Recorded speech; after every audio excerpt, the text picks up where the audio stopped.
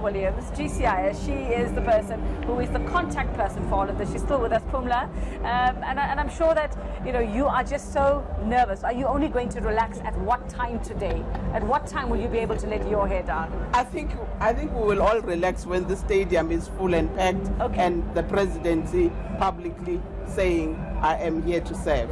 Okay, just before 7 o'clock, you told us so far things are moving smoothly, and you're expecting by 9:30, 10 everything to be settled in terms of the crowds in here. For the plan of the day, when the stadium is full, what happens? Then I think we have a packed program because we were alive to the fact that people will be here very early. We've put together a cultural program which is anticipated to start at around 8. It will commence with choirs.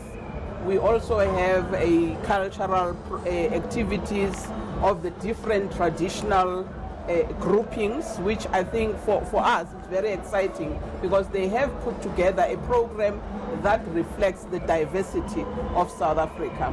And I think around 10:55 we're expecting the program to commence. The president will be coming in with the Chief Justice, and that's when the ceremony will begin of the swearing in, and thereafter the president will then address.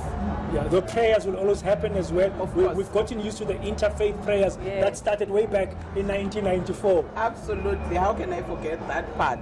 Because yes, that will be the starting part. That will also be followed by the national anthem. And also when we conclude, we will also have a national anthem together with the AU anthem. I must ask this question quickly, partner Phumla. Chief Justice Mogoeng, when he was swearing in MPs in Parliament on Wednesday, when he started the day, apparently went on his knees in Parliament and had a beautiful prayer. Many of us have not seen it.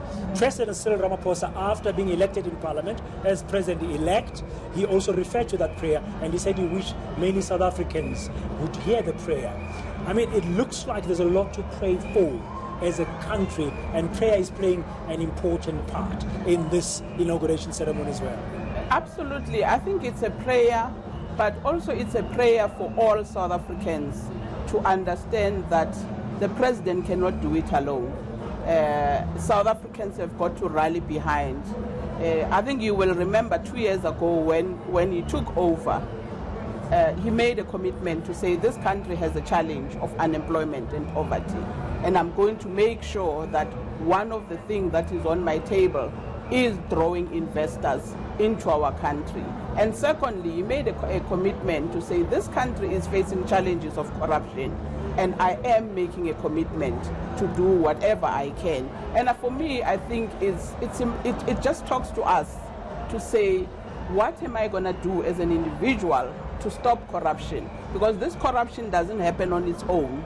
It happens because two people get involved.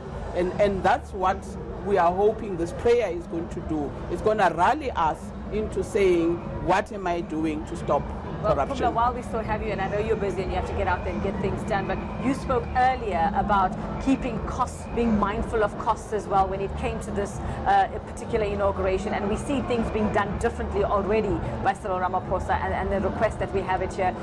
Drastic cuts, this costing 120 million rand. Where have you had to make concessions or compromises? If you can tell us, what are the things you've had to cut out, to put it simply? I think different departments that have been involved in this have had to cut certain things. But of course, Public Works, being the main cost driver of these events, have had to cut drastically on the infrastructure. If you remember that in 2014 and the previous one, there was a lot of construction of infrastructure. That used to take a lot of our expenses, and that has come down. Even if you were to ask us as GCIS, we've cut down on all the frills of advertisement, double-page advertisement. I know that a lot of newspapers won't be happy with us. All of that we have had to cut down on. Yes. Okay, no, thank you very much, Phumla. We're going to have to let you go, ma'am. Yeah, you've got a busy day ahead of you. So far, things are moving smoothly. You must note, this is a massive operation. It is. So not everything will be 100%.